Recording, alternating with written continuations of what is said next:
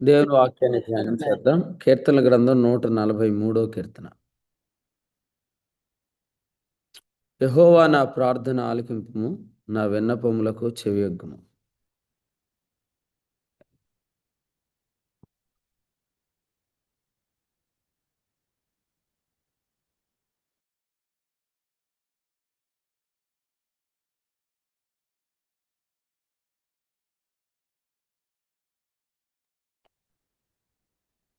యెహోవా నా ప్రార్థన ఆలకింపుము, నా విన్నపములకు చెవియొగ్గుము. నీ విశ్వాస్యతను బట్టి నీ నీతిని బట్టి నాకు ఉత్తరమిమ్ము. నీ సేవకునితో వ్యాజ్యమాడకము. సజీవులలో ఒకడును నీ సన్నిధిని నీతిమంతుడిగా ఎంచబడడు. శత్రువులు నన్ను తరుముచున్నారు, వారు నా ప్రాణమును నేల పడగొట్టుచున్నారు. చిరకాలం క్రిందట చనిపోయిన వారితో పాటు గాఢాంధకారంలో నన్ను నివసింపజేయుచున్నారు. ఈ కీర్తన అంతా కూడా ప్రార్థన కీర్తనగా మనం చూస్తున్నాం. దావీదు కీర్తన. ఈ కీర్తనలో 8లో చెప్పినట్టు ఉదయమున నీ కృపావార్తను నాకు వినిపింపుము అని, అలాగే 11లో నీ నీతిని బట్టి నా ప్రాణమును శ్రమలో నుండి తప్పించుమని దావీదు చేసిన ప్రార్థన మనం చూస్తున్నాం. దానియేలు చేసిన ప్రార్థనలో కూడా ఇవే సంగతులు మనం చూస్తాం. దానియేలు గ్రంథం 9వ అధ్యాయం చూడండి. 9వ అధ్యాయంలో ఆయన ప్రార్థన మనం చూస్తున్నప్పుడు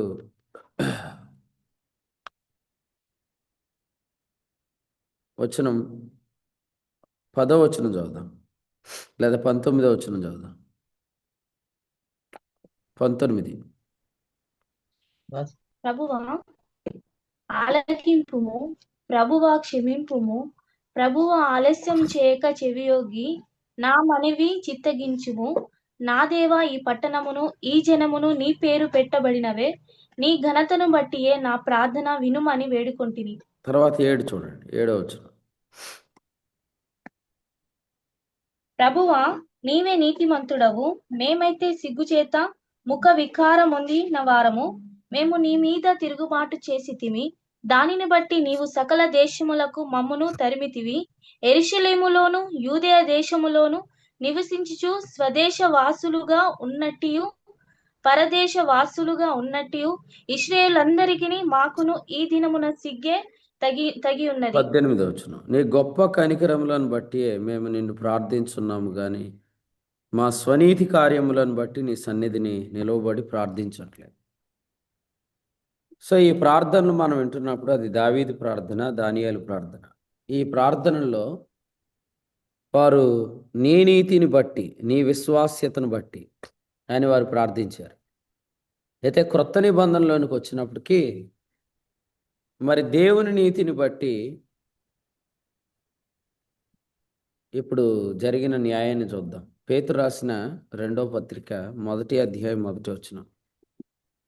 యేసుక్రీస్తు దాసుడును అపోస్తలుడైన సీమోను పేతురు మన దేవుని యొక్కయు రక్షకుడైన యేసుక్రీస్తు యొక్కయు నీతిని బట్టి మా వలనే అమూల్యమైన విశ్వాసం పొందిన వారికి శుభమని చెప్పి వ్రాయినది. ఇక్కడ మనం క్రొత్త నిబంధనలో చూస్తున్నప్పుడు మరి నీతి, దేవుని నీతి, ఈ దేవుని నీతిని బట్టి మరి మనకు కలిగిన అమూల్యమైన విశ్వాసం, దీన్ని ఎలా చెప్పొచ్చు? విశ్వాస మూలమైన నీతి. 1:7లో దీన్ని బంగారంతో, సువర్ణంతో పోల్చాడు. కాబట్టి ఆనాడు వారు దేవుని నీతిని బట్టి ప్రార్థించాలి అని దావీదు కానీ దానియేలు కానీ ప్రార్థన చేశారు. ఈనాడు మనము దేవుని నీతిని బట్టి ప్రార్థన చేయటం అంటే ఏంటంటే, ఆ నీతిని బట్టి మనం పొందిన నీతిని ఎంచుకొని ప్రార్థన చేయాలి. దేవుని నీతిని బట్టి మనకు కలిగిన అమూల్యమైన విశ్వాసం, మనకు కలిగిన విశ్వాస మూలమగు నీతి, ఆ నీతిని బట్టి మనం ప్రార్థన చేయాలి. మనం ప్రార్థనలో క్రీస్తు యేసే మనకు నీతి అని ఎంచుకొని ప్రార్థన చేయాలి. కొరింథీ పత్రిక 1:31లో దానియేలు గారు ప్రార్థన చేసిన ఆ భాగంలో 9వ అధ్యాయం 24వ వచనంలో ఆయన చెప్పినట్టు, అప్పటికి జరగకపోయినా కూడా ఆ తర్వాత జరిగే సంభవాన్ని చెప్పాడు. యుగాంతము వరకు ఉండునట్టి నీతి బయలుపరచబడుతుంది అన్నాడు. అది విశ్వాసమును బట్టి కలిగే నీతే. ఫిలిప్పి 3:9లో వివరాలు మనకు తెలుసు. కాబట్టి మనం ప్రార్థించినప్పుడు మనము దేవుని నీతిని బట్టి కలిగిన విశ్వాసమూలమైన నీతిని మరి గలవారమే ఆయన యందు అగుపడాలి.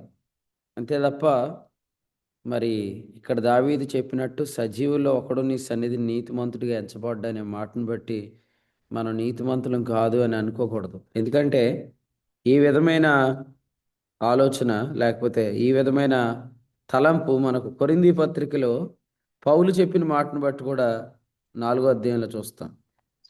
ఒకసారి 4వ అధ్యాయం చూడండి. 4వ అధ్యాయం వచనం 4 చదువు. 4:4 4:4 కొరింథీ పత్రిక. నాయందు నాకు ఏ దోషము కానరాదు, అయినను ఇందువలన నీతిమంతుడును ఎంచబడును. నన్ను విమర్శించేవాడు ప్రభువే.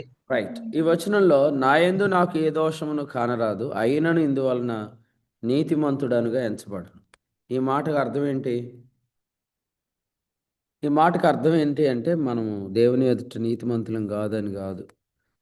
అంటే మనం ఎందువలన నీతిమంతులం అనేది ఎప్పటికీ కూడా మారదు. ఒకవేళ మనము భక్తిగా జీవించినందుకు, పరిచర్య బాగా చేసినందుకు, తప్పు చేయకుండా జీవిస్తున్నందుకు ఎప్పుడైనా మనం శరీరాన్ని ఆస్పదం చేసుకోవటానికి లేదు. అదే రాత్రి 2 కూడికల్లో విన్నాం. మనం ఎంత విశ్వాసంలో బలం పొంది సాగిపోయినా కూడా ఏనాడు కూడా మనము నాలో ఏ దుష్కార్యం లేదు కనుక నేను నీతిమంతుణ్ణి అని అనుకోవటానికి లేదు. మనం కేవలం యేసు ప్రభు యొక్క రక్తాన్ని బట్టే దేవుని ఎదుట నీతిమంతులం. మన క్రియలు అనేవి క్రీస్తు న్యాయపీఠం దగ్గర తీర్పులోకి వస్తాయి తప్ప మన క్రియలను బట్టి ఇప్పుడు దేవుని ఎదుట మనకు తీర్పు కలగదు. అందుకనే ఈ పత్రికలో కొరింథీ పత్రిక 4లో నా యందు నాకు ఏ దోషమును కానరాదు, ఇందువలన నీతిమంతుడిగా ఎంచబడను అని చెప్పినాక 5వ వచనంలో సమయము రాకముందు తీర్పు తీర్చొద్దు అన్నాడు. సమయం రాకముందు తీర్పు తీర్చొద్దు అంటే ఏంటంటే దేహ విమోచన జరగకముందే శరీరాన్ని ఆస్పదం చేసుకోవద్దు. మనం ఎంత బాగా భక్తి చేసినా, ఎంత బాగా వాక్యం చదివినా, ఎంత బాగా పాటలు పాడినా, ఎంత బాగా పాటలు రాసినా ఈ శరీరంలో చెడ్డది ఉంటుంది. ఈ శరీరంలో పాపం నివాసం చేస్తుంది. కాబట్టి ఎప్పుడు మనము నేను ఈ రోజుకి నా క్రియలను బట్టి దేవుని ఎదుట నీతిమంతుడిని అనుకునే ఛాన్స్ ఎప్పటికీ ప్రభు మనకి ఇవ్వడు. జరగదు అది. ఎప్పటికీ కూడా మనము ప్రభు అయిన యేసుక్రీస్తు మరణం ద్వారా దేవునితో సమాధానపరచబడిన వారంగానే ఎంచబడతాం తప్ప మన క్రియలను బట్టి మనం ఎప్పటికీ కూడా దేవుని ఎదుట నీతిమంతులం అని శరీరాన్ని ఎప్పటికీ ఆస్పదం చేసుకోకూడదు. ఎందుకంటే 143వ కీర్తనలో సజీవులలో ఒకడును నీ సన్నిధిని నీతిమంతుడిగా ఎంచబడు అనే మాటకు ముందే నీ నీతిని బట్టి అనే మాట మనం చూస్తాం. నీ నీతిని, నీ విశ్వాస్యతను. ఈరోజు ఆ నీతిలో మరి విశ్వాసులమైన మనకు నీతి అనుగ్రహించబడింది. కాబట్టి దావీదు మనకు విరోధంగా మాట్లాడ్డాడు.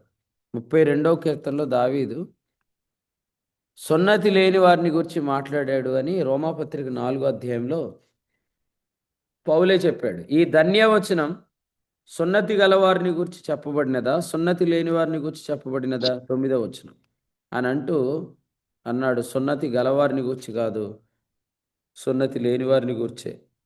కాబట్టి దావీదు కీర్తన విశ్వాసులమైన మనకు విరోధంగా వ్రాయబడిన అనుభవం కాదు, కానీ దేవుని నీతిని బట్టి అనే ఆ వచనంలో మరి మనకు కలిగిన విశ్వాసమూలమైన నీతిని ఆయన ఒప్పుకుంటున్నాడు, చెప్తున్నాడు. 2వ వచనంలో సజీవులలో ఒకడు నీ సన్నిధిగా ఎంచబడ్డానే ఆయన ఎందుకు చెప్పాడంటే నీతిని అనుసరించి చేసిన క్రియలను బట్టి. ఎందుకంటే దావీదు క్రియాన్యాయంలో ఉన్నాడు. రోమాపత్రిక 3వ అధ్యాయంలో 27వ వచనంలో విశ్వాస న్యాయం, క్రియాన్యాయం 2 న్యాయాలు ఉన్నాయి. మరి దావీదు క్రియాన్యాయం క్రింద ఉన్నాడు. మరి క్రియాన్యాయం క్రింద ఉన్నవారిలో యథార్థవంతులు మాత్రమే చెప్పేది ఏంటంటే మరి ధర్మశాస్త్ర సంబంధ క్రియల మూలముగా ఏ శరీరయు దేవుని దృష్టికి నీతిమంతుడుగా తీర్చబడ్డం. నీతిని అనుసరించి చేసిన క్రియల మూలంగా కాదు. తీతుపత్రిక 3:6. కాబట్టి ఈ విషయాన్ని దావీదు ఒప్పుకుంటున్నాడు. దావీదు చెప్తున్నాడు. మనం కూడా ఈ యథార్థతను కలిగి ఉండాలి. మన జీవితాల్లో మనము ప్రభు సన్నిధికి రాకపోవటం, దేవుని వాక్యాన్ని మనం కూర్చొని శ్రద్ధగా వినకపోవటం, ఈ రోజులు ఎన్ని రోజులు మన జీవితాల్లో ఉన్నాయో అన్ని రోజులు కూడా మనము శరీరాన్ని ఆస్పదం చేసుకున్న వారమని రాత్రి మార్క్స్ వారి ధ్యానాల్లో మనం విన్నాం. ఎందుకంటే ఈ శరీరాన్ని మనం నమ్మటానికి అసలు అవకాశం లేదు.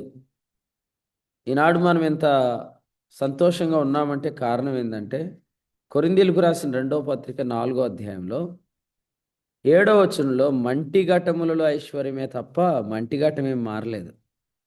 మంటిఘటములో ఐశ్వర్యం ఉంది తప్పితే మంటిఘటంలో ఏం మార్పు లేదు. కాబట్టి మనము కూడి రాకపోవటం, వాక్యాన్ని శ్రద్ధగా వినకపోవటం, వాక్యాన్ని బట్టి మనం ఆనందించకపోవటం అనేది ఒకవేళ మనలో మంటిఘటము మార్పు చెందింది అనేటట్టుగా మనం ప్రవర్తిస్తున్నామేమో, కానీ అది జరిగే పని కాదు. ఇది యేసు ప్రభు వచ్చేదాకా కూడా ఇది మంటిఘటమే. కాబట్టి మనం ఎప్పుడు కూడా ఆయన పాదముల యొద్ద కూర్చోండి ఆయన బోధ వినాలి. ఎందుకు మనం ఎప్పుడు ఆ వాక్యం వినాలి అని అంటే మనము శరీరాన్ని ఆస్పదం చేసుకోవట్లేదు. క్రియలను బట్టి మనం నీతిమంతులం కాదు అని మనం చెప్తున్నామని అర్థం. ఫిలిప్పీ పత్రిక 3:3 చూడండి. ఫిలిప్పీ పత్రిక 3:3.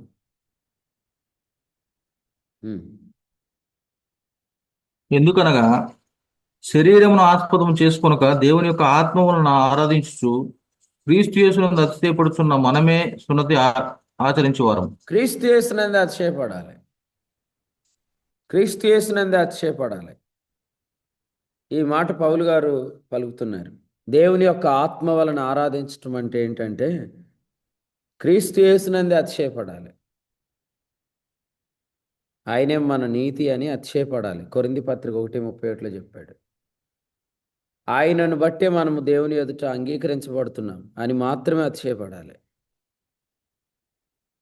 ప్రియులారా వినండి, మనమందరం కూడా భక్తిలో ఒక్కొక్కరు ఒక్కొక్క లెవెల్లో ఉన్నాం. కానీ ఎవరు ఏ లెవెల్లో ఉన్నా అందరం కూడా ప్రతి కూడికలో వాక్యం వినాల్సిన వారమే. ఎందుకంటే వినట్లేదు మనం వాక్యం అంటే ఆ దినం మనం, లేకపోతే ఆ దినాలలో మనము శరీరమును నమ్ముతున్నామని అర్థం. కానీ అసలు ఈ శరీరాన్ని నమ్మటానికి లేదు. ఫిలిప్పీ పత్రిక 3వ అధ్యాయము 8వ వచనంలో మాట్లాడుతూ ఆయన చెప్పిన మాట ఏంటంటే నా ప్రభు అయిన యేసుక్రీస్తును గూర్చిన అతి శ్రేష్టమైన జ్ఞానం నిమిత్తమే అని చెప్పాడు. ఏంటి ఆ జ్ఞానం అంటే 10వ వచనంలో చెప్పాడు, ఆయన పునరుద్ధాన బలమును ఎరగాలి. ఆయన పునరుద్ధాన బలమును ఎరగాలి. ఆయన శ్రమలలో పాలివాడొకటి ఎట్టిదో ఎరగాలి. 1:11లో చెప్పాడు, శ్రేష్ఠ కార్యములను వివేచించాలి. మరి ఈ అద్భుతమైన అనుభవాన్ని మనం పోగొట్టుకోకూడదు. పాదముల యొద్ద కూర్చుండుట, ప్రభు సన్నిధిలో కూర్చోండి ఆయన బోధ వినుట అనేది మనం ఏనాడైతే నిర్లక్ష్యం చేస్తున్నామో ఆ దినాలలో మనము శరీరాన్ని నమ్ముతున్నామని అర్థం. కానీ మీరు చూడండి, శరీరాన్ని మనం నమ్మితే ఎంత నమ్ముతాం మనం అంత ఓడిపోతాం. సో మనందరికీ కూడా ఖచ్చితంగా యేసు ప్రభు కనపడాల్సిందే. యేసుక్రీస్తును కనుపరిచే వర్తమానం మనకు దొరకాల్సిందే. కాబట్టి మనము పౌలు చెప్పిన మాట 9, నేను ధర్మశాస్త్రం వలన నీతివంతుడను అని అగుపడకూడదు అనుకున్నాడు ఆయన. నేను ధర్మశాస్త్రాన్ని బట్టి నీతివంతుడు అని అగుపడకూడదు. పౌలుకు ఒక ప్రాక్టీస్ ఉంది, మనకు తెలుసు. ఆయన ప్రభువులోనికి రాకముందు అపోస్తల కార్యముల గ్రంథంలో ఆయన ఇచ్చిన సాక్ష్యాన్ని మనం చూద్దాం. అపోస్తల కార్యముల గ్రంథం 22వ అధ్యాయంలో ఆయన ఇచ్చిన సాక్ష్యం ఏంటంటే 3వ వచనం, గమలియేలు పాదముల యొద్ద పెరిగాను అని ఆయన సాక్ష్యం ఇచ్చాడు. గమలియేలు పాదముల యొద్ద పెరిగాను. గమలియేలు పాదముల యొద్ద కూర్చున్నాడంటే ఆయన తన శరీరమును ఆస్పదం చేసుకున్నాడు. కానీ ఇప్పుడు లూకాసు వార్త 10వ అధ్యాయంలో మనం చూస్తున్నాం 39, ఈమె యేసు పాదముల యొద్ద కూర్చుండి. మనం నేడు యేసుక్రీస్తు పాదాల దగ్గర కూర్చున్నాం. యేసుక్రీస్తు పాదాల దగ్గర ఎందుకు కూర్చున్నాం? ప్రభువా నేను వట్టివాడనే అని చెప్తున్నాం మనం. నేను వట్టివాడనే.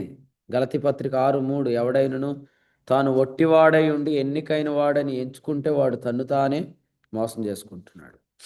ఈరోజు నువ్వు వాక్యం ఎందుకు వినలేదని ఎవరినైనా అడిగితే వాళ్ళు కారణాలు ఏదైనా చెప్పొచ్చు, కానీ వాక్యం ఎందుకు వినలేదంటే యేసు ప్రభుని చూడకపోయినా నేను బ్రతుకుతానని అనుకున్నారు వాళ్ళు, కానీ వాళ్ళ శరీరంలో ఓడిపోతారు.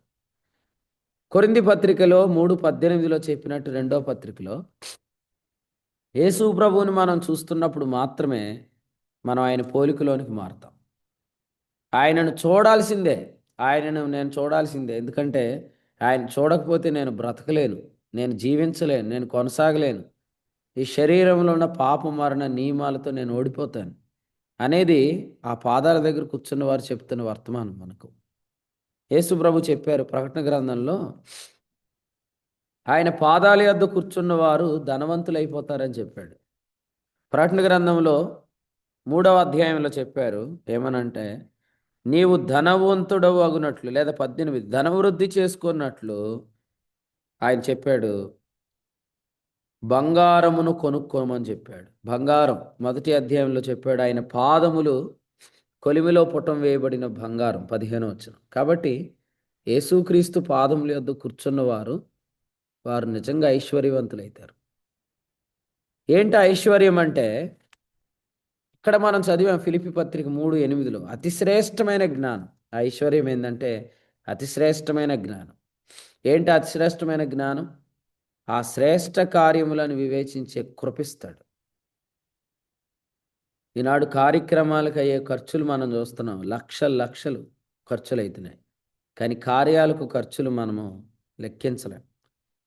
కార్యాలు కావాలి అని అనుకుంటే మీరు ఖచ్చితంగా శరీరమును ఆస్పదం చేసుకోకూడదు. ఆత్మకార్యాలు కావాలి, నాకు ఆత్మకార్యాలు కావాలి. కార్యక్రమాలు వేరు. కార్యక్రమాల్లో ఖర్చులు వేస్ట్ అవన్నీ.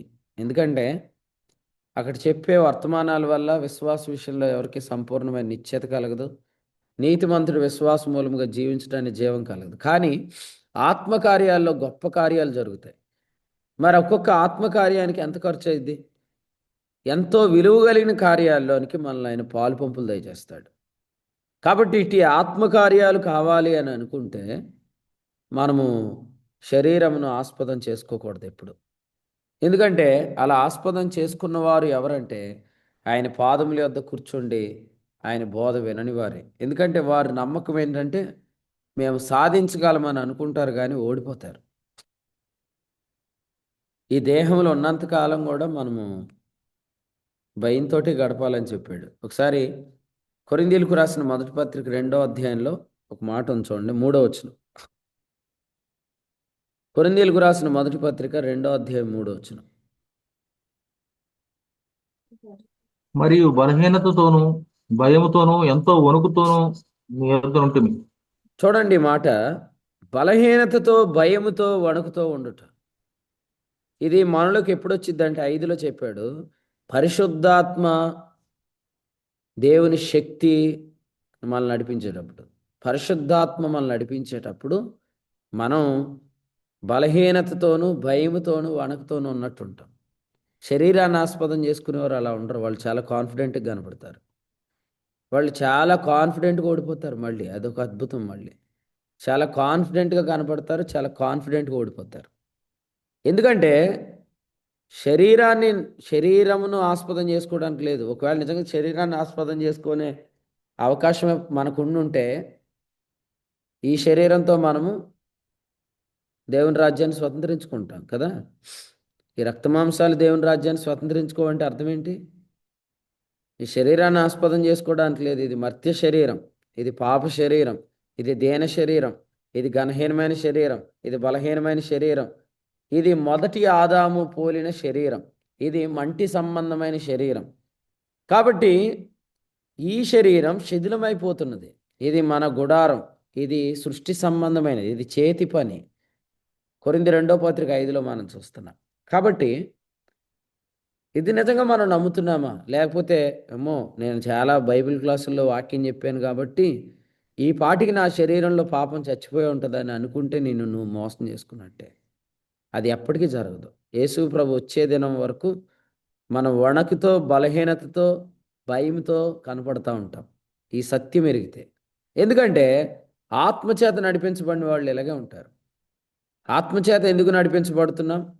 యేసు ప్రభువుని చూస్తే తప్ప మనం ఆయన పోలికలోనికి మార్చబడం. అది మనం నమ్మాల్సిన సిద్ధాంతం. యేసు ప్రభువుని చూస్తే తప్ప మనం ఆయన పోలికలోనికి మార్చబడం. కాబట్టి యేసుక్రీస్తు ప్రభువుని చూపించేవాడు పరిశుద్ధాత్మ మాత్రమే. 15:26 యోహాను సువార్త. యేసుక్రీస్తును మాత్రమే చూపించేవాడు పరిశుద్ధాత్మ. యేసు ప్రభువుని చూడాలి. మార్క్సు వార్త 9వ అధ్యాయంలో 12 మందిలో 9 మంది ఈ రూపాంతరత అనుభవాన్ని నమ్మలేదు. వాళ్ళు మీటింగ్కి అటెండ్ అవ్వలేదు. వాళ్ళు ఏమయ్యారు? అపవాది చేతులు ఓడిపోయారు, శరీరం చేతులు ఓడిపోయారు. సో ఏం జరిగినా ఆయన పాదాల దగ్గరికి పరిగెత్తుకొని రావాలి. ఆయన సన్నిధిలో కూర్చుండి వాక్యం వినాలి. వాక్యం వినేటప్పుడు నాకు తెలియదు అనే భావంతో వినాలి. నాకు తెలియదు, ప్రభు నాతో మాట్లాడతాడు, నేర్పిస్తాడు, ప్రభు నాతో మాట్లాడతాడు అనే భావంతో వినాలి. ఎస్, మనం మంటి ఘటాల ఐశ్వర్యం గలవారమే తప్ప మంటి ఘటంలో మార్పు ఏం జరగలేదు. దయచేసి మోసపూరితమైన బోధల్లో దూరద్దు. చాలామంది గ్రేస్ టీచింగ్ అని చెప్పి శరీరంలో పాపం లేదని బోధించారు. వారిని ప్రభు ఆత్మ ద్వారా కనుగొని వారిలోంచి మనం బయటకు వచ్చేసాం, లేదా వారు మనలోంచి బయటకు పోయారు. ఏదైనా ప్రభు స్తోత్రం. ఇప్పుడు కూడా అదే జరుగుతుంది చాలా చోట్ల. శరీరంలో పాపము లేదు, ఈ శరీరము కూడా ఆత్మ సంబంధమైన శరీరమే అని చెప్తున్నారు. కానీ మీరు కొరింథీ పత్రిక చూడండి, ఆత్మ సంబంధమైన శరీరం అని చెప్తే ఏ బోధ చెప్పినట్టు మీకు చూపిస్తాను.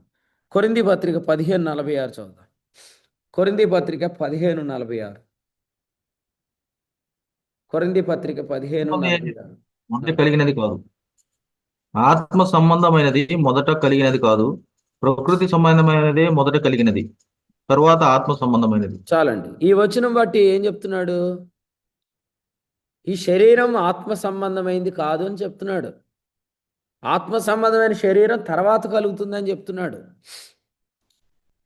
ఒకవేళ కానీ ఎవరైనా ఈ శరీరం ఆత్మ సంబంధమైందని చెప్పినట్టయితే వాళ్ళు ఏ బోధ చెప్తున్నారో ఆ బోధకు టైటిల్ ఏదంటే 12వ వచనం.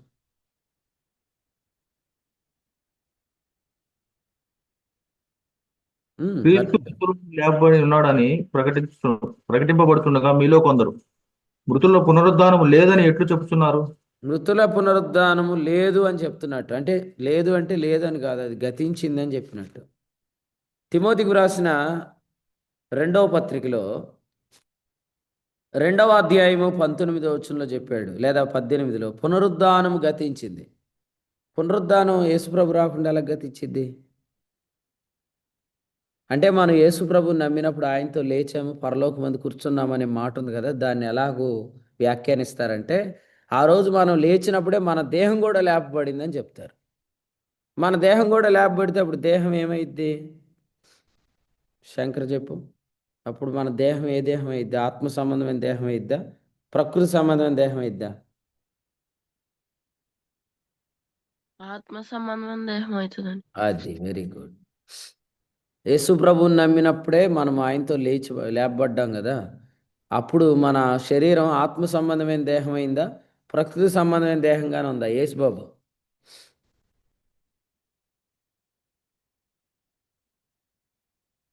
ప్రకృతి సంబంధమైన దేహం వెరీ అంటే ఆత్మ సంబంధమైన దేహం అంటే ఏంట్రా మహిమ దేహం. ఆయన వచ్చినప్పుడు మనం గొణుగుతున్నావేంట్రా? ఆయనతో పాటు సణుగుతున్నావేంట్రా? గట్టిగా బిగ్గరగా చెప్పు. మన యేసు ప్రభుని అంగీకరించినప్పుడు ఆయనతో లేచి పరలోకంలో కూర్చున్నాం కదా, కాబట్టి ఇప్పుడు మన శరీరం ఆయనతో లేపబడిందా, ఇంకా లేపబడలేదా?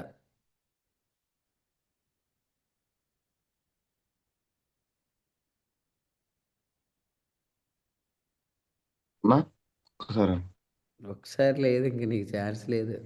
నువ్వు ఆన్సర్ చెప్పలేదు సరిగ్గా. యేసు ప్రభుని నమ్ముకున్నావు నువ్వు, ఆయనతో లేచావా, నమ్మాను. పరలోకంలో కూర్చున్నావా? నీ శరీరం క్రీస్తుతో లేచిందా? లేచిందన్న.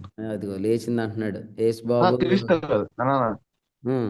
లేదు ఇక ఇంకా నీకు లేవండి. నీకు 45 నెంబర్ ఎవరు ఇచ్చారా హోప్ రిజిస్ట్రేషన్ చేసుకోకుండా మంత్లీ నువ్వు 200 పే చేస్తున్నావా మరి 45 ఎలా పెట్టుకున్నావు తీసుకున్నాడండి 40. వీడికి 45 అంటే ఇష్టం అన్న పెట్టేసుకున్నాడు వాడు. సరే శేషు ఓవర్ టు యూ. క్రీస్తు మన దేహం లేచింది అంటున్నాడు బాబు. లేచిందా?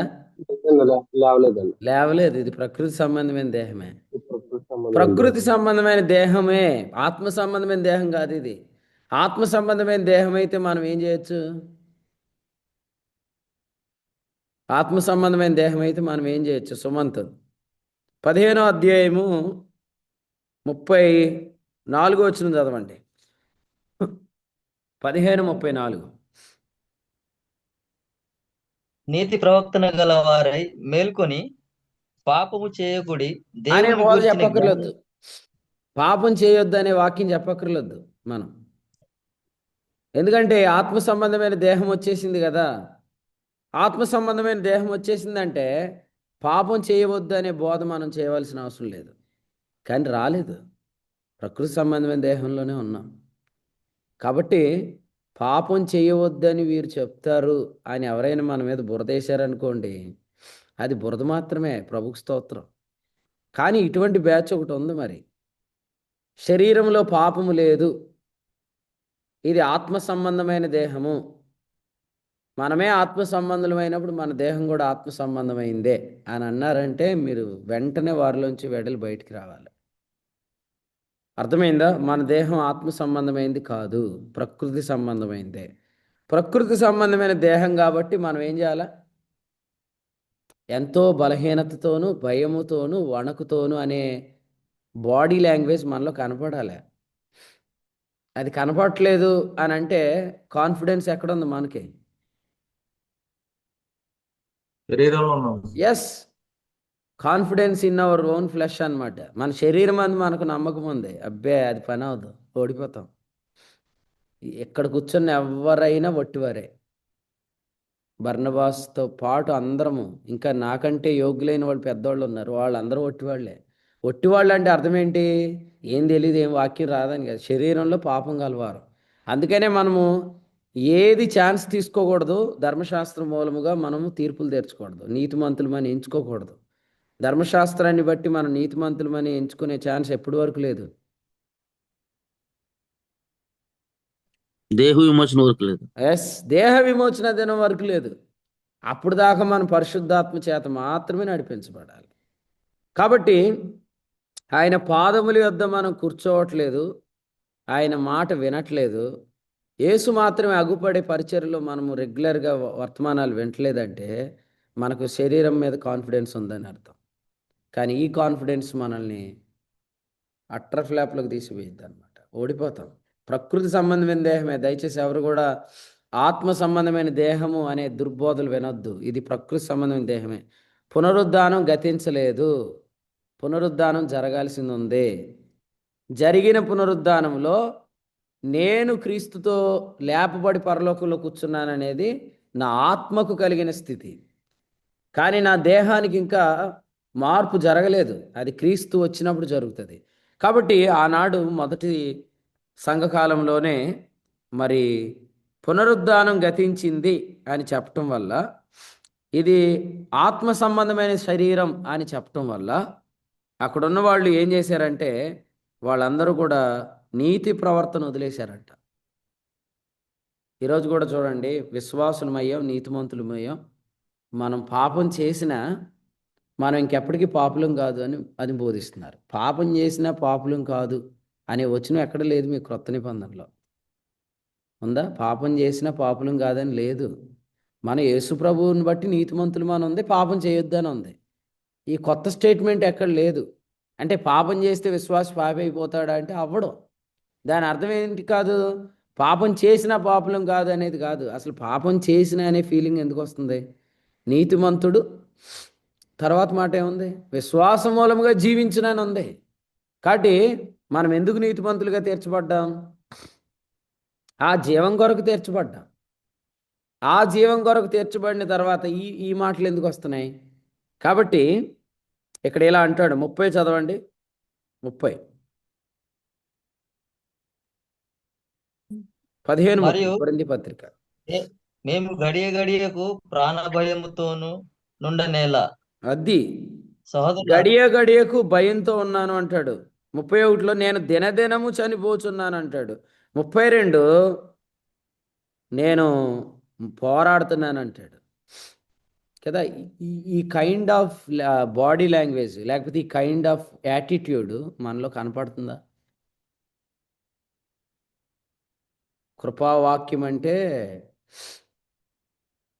ఇలా ఉండకూడదని చెప్పుకుంటున్నారేంటి? కృపావాక్యం అంటే గడియ గడియకు భయం, దినదినము చనిపోవుట, పోరాటం, వీటన్నిటికీ భిన్నంగా బోధిస్తే వాళ్ళు ఆత్మ సంబంధమైన శరీరం కలిగి అన్న భ్రమలో ఉన్నారనమాట. ఆత్మ సంబంధమైన శరీరం ఎవరికి రాల. ప్రథమ ఫలము క్రీస్తు. క్రీస్తు వచ్చినప్పుడు మాత్రమే ఆయన వారు బ్రతికించబడతారు. అంటే ఇప్పుడు దాకా ఎవరికి అటువంటి దేహం రాలేదు. ఎప్పుడైనా మీరు అలాంటి కాన్ఫిడెన్స్ కలిగిన వాళ్ళు కలుసుకొని మీరు ఏమనాలి? ఏం ఎత్తబడ్డావేంటి అని అడగాల. ఫస్ట్ ఎత్తబడ్డావా, ఆత్మ సంబంధం దేహం ఏం ధరించుకున్నావా అని అడగాల. ఎందుకు అడగాల? ఏం మీటింగ్లకు రావట్లేదు, నువ్వు కూర్చొని వాక్యం వింటలేదు, యేసు ప్రభుని మాత్రమే చూస్తే తప్ప మనం ఆయన పోలికలోనికి మార్చబడతామనే పద్ధతి చొప్పున నువ్వు ఎందుకు నడవట్లేదు? నీకు అంత శరీరంలో కాన్ఫిడెన్స్ వచ్చేసింది అంటే పొరపాటున మాకు తెలియకుండా నువ్వేమన్నా ఎత్తపడ్డావా, మహిమ శరీరం ధరించుకున్నావా, ఆత్మ సంబంధమైన దేహం ఏమైనా పొందుకున్నావా అని అడగాల మనం. సో దీనికి ఛాన్సే లేదనమాట. సో చాలా క్లియర్గా చెప్పాడు. కాబట్టి భయంతో కనపడుతున్నామా, వణకుతో కనపడుతున్నామా, బలహీనతతో కనపడుతున్నామా, లేదా శరీరాన్ని ఆస్పదం చేసుకుంటున్నాం? ఇంగ్లీష్ బైబిల్లో కరెక్ట్గా ఉంది. మనకు మన శరీరం మీద ఏమైనా కాన్ఫిడెన్స్ ఉందా? అట్లా ఉండొద్దంట. అట్లా ఉందంటే మనం ఓడిపోతున్నాం అనేది ఆత్మానుభవం గలవాడు ఈ ఉదయకాలం చెప్తున్నాడు. అర్థం చేసుకోండి. అపోస్తుడైన పౌలు ఆత్మానుభవం గలవాడు, ఆత్మ సంబంధి అన్నిటినీ వివేచిస్తాడు. కాబట్టి ఈ ఉదయకాలం వర్తమానం బట్టి ఆత్మానుభవం గలవాడు చెప్పేది ఏంటంటే, నీ శరీరంలో నీకున్న నమ్మకాన్ని బట్టి నీవు ఓడిపోతావు తప్ప నువ్వు ఖచ్చితంగా గెలవు. అందుకనే ఈ కీర్తనలో ఏం చెప్పాడంటే, నీ నామమును బట్టి నన్ను బ్రతికించమని చెప్పాడు. కీర్తనల గ్రంథం 140వ కీర్తనలో 11వ వచనం, నీ నామమును బట్టి నన్ను బ్రతికించుము అని అన్నాడు. సో మనం కూడా కోరుకుందాం, ప్రభువా నన్ను బ్రతికించు. ప్రతి దినం మనము ఇదే మాట చెప్పాలి, బ్రతికించు, బ్రతికించు, బ్రతికించు. మనం మరణంలో నుండి జీవంలోనికి దాటాం, కానీ శరీరానుసారమైన మనస్సు అను మరణాన్ని మనం ఇంకా రోజు జయించాల్సిన వారమే. ఆ మరణం మనకి ఏ క్షణంలో అయినా వస్తూ ఉంటుంది. మన బంధువులు మాట్లాడితే రావచ్చు కదండి, మన ఇంట్లో వారు మాట్లాడితే రావచ్చు. మన శరీరానుసారమైన మనస్సును మరణం. ఈ మరణాన్ని ప్రతిరోజు మనము దాటాల్సిన వారమే. ఈ యోర్దానును మనం ప్రతిదినం దాటాల్సిన వారమే. కాబట్టి దినదినము మనం చేయాల్సిన ప్రార్థన, ప్రభువా నన్ను బ్రతికించు.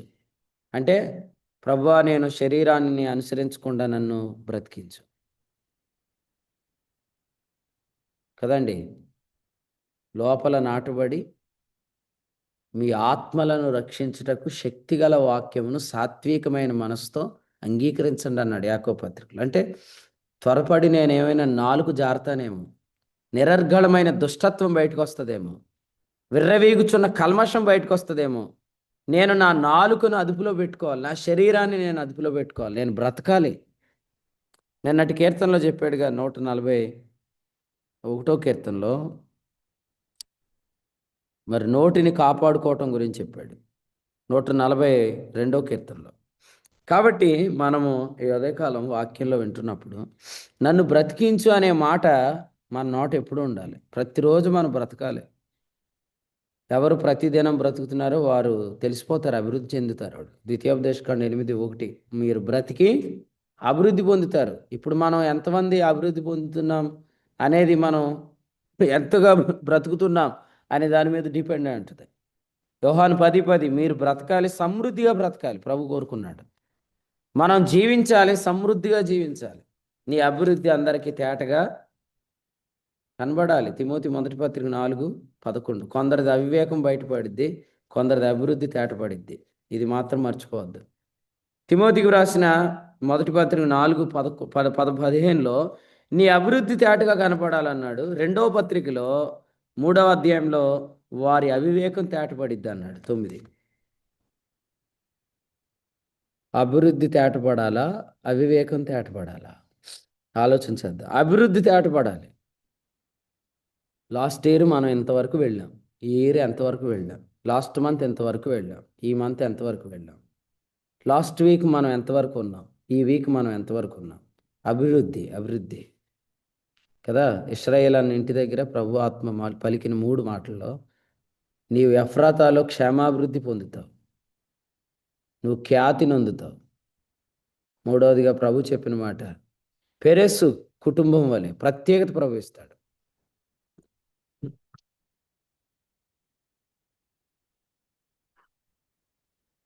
మూడు మాటలు చెప్తున్నాం మళ్ళీ. క్షేమాభివృద్ధి అన్నాడు, ఖ్యాతి అన్నాడు, ప్రత్యేకత అన్నాడు. ఆ డిఫరెన్స్ ఖచ్చితంగా చూపిస్తాడు ప్రభు. ఈ అద్భుతం మనం ఆలోచన చేస్తే బ్రతకడంలోనే ఉంది అంతా. నీ నామమును బట్టి నన్ను బ్రతికించు 10వ వచనంలో చెప్పాడు. దయగల నీ ఆత్మ సమభూమి గల ప్రదేశమందు నన్ను నడిపించును గాక కదా. ఈ పాట స్తుతి మహిమ ఘనత నీకే అనే పాటలు రాశారు ఈ లైన్.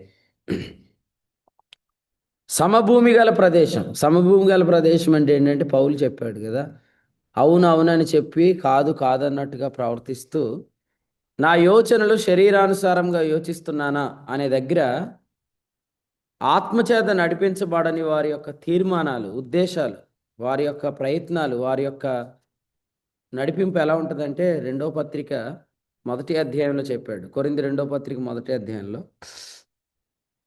17 నేను ఎలాగ ఉద్దేశించి చపల చిత్తుడుగా నడుచుకొంచున్నానా, అవునవునని చెప్పుచు కాదు కాదన్నట్టుగా ప్రవర్తించవలనని నా యోచనలు శరీరానుసారంగా యోచించున్నానా అనే మాట దగ్గర మనం ఇక్కడ చూస్తున్నాం అన్నమాట. అంటే ఎలా ఉంటుందంటే ఫస్ట్ ఏమన్నాడు, 15వ వచనం, మీ యొద్ద నుండి మొదట మీ యొద్దకు వస్తాను, మీ యొద్ద నుండి మాసిదోనియాకి వెళ్తాను, మాసిదోనియా నుండి మరల మీ యొద్దకు వస్తాను, మీ చేత యోదయకి వెళ్తాను అనే ఉద్దేశం. సో ఈ జర్నీ ప్లాన్ చూస్తే ఏంట్రా బాబు ఈయనకి ఆత్మ నడిపింపు లేదు, ఇక్కడికి వస్తానంటాడు, ఆడికి వెళ్తానంటే మళ్ళీ ఆడి నుంచి ఆడికి వస్తానంటాడు, ఏడు నుంచి ఆడికి వెళ్తానంటాడు. అంటే ఈయనకి నడిపింపు లేదా అని నా గురించి అనుకుంటున్నారా మీరు? నా యోచనలు శరీరానుసారంగా యోచిస్తున్నా అనుకున్నారా? ఆయన చెప్తూ ఆయన అన్నాడు 18 దేవుడు నమ్మదగిన వాడు, మేము మీకు చెప్పిన వాక్యం కూడా అవునని చెప్పి కాదన్నట్టుగా లేదు. నిజంగా నమ్మదగిన వాక్యాన్ని బోధిస్తున్న వారిలో నమ్మకత్వాన్ని చూస్తాం. వారి యోచనలు శరీరానుసారంగా ఉండవు, ఏదో సడన్ నిర్ణయాలు కాదు. సమభూమి గల ప్రదేశంలో ఆత్మ నడిపిస్తాడు. సో దేవుని ఆత్మ మనల్ని నడిపిస్తున్నప్పుడు ఏదో త్వరపడి ఉద్రేకంతో చేసే పనులు ఉండవు. కాబట్టి ఉజ్జీవం వేరు, ఉద్రేకం వేరు. మనలో ఉజ్జీవం ఉందా, ఉద్రేకం ఉందా? ఈ ఉదయకాలం తాడేపల్లిగూడలో ఉజ్జీవకుడికి జరుగుతుంది, ఉద్రేకుడికి కాదు. ఉద్రేకాలు వద్దు. ఏదో స్పీడ్గా డిసిషన్స్ తీసుకోవటం, మళ్ళీ వాటిని వెనక్కి లాక్కోవటం. సో అది మనలో జరగకూడదు. ఆత్మ ప్రభు అలాగ జరిగించటం. ఆత్మ ఎప్పుడు మనల్ని సమభూమి గల ప్రదేశంలో నుండి నడిపిస్తాడు అనమాట. సో దేవుని ఆత్మ మిమ్మల్ని నడిపిస్తే గలతీ 5:25లో చెప్పాడు, ఆత్మను అనుసరించి నడుస్తున్నప్పుడు క్రమముగా మనం నడుస్తాం. ఇప్పుడు యెహెజ్కేలు గ్రంథం చూడండి. యెహెజ్కేలు గ్రంథంలో కూడా ఆత్మ నడిపిస్తున్నప్పుడు 1:17 చదువుదాం. 1:17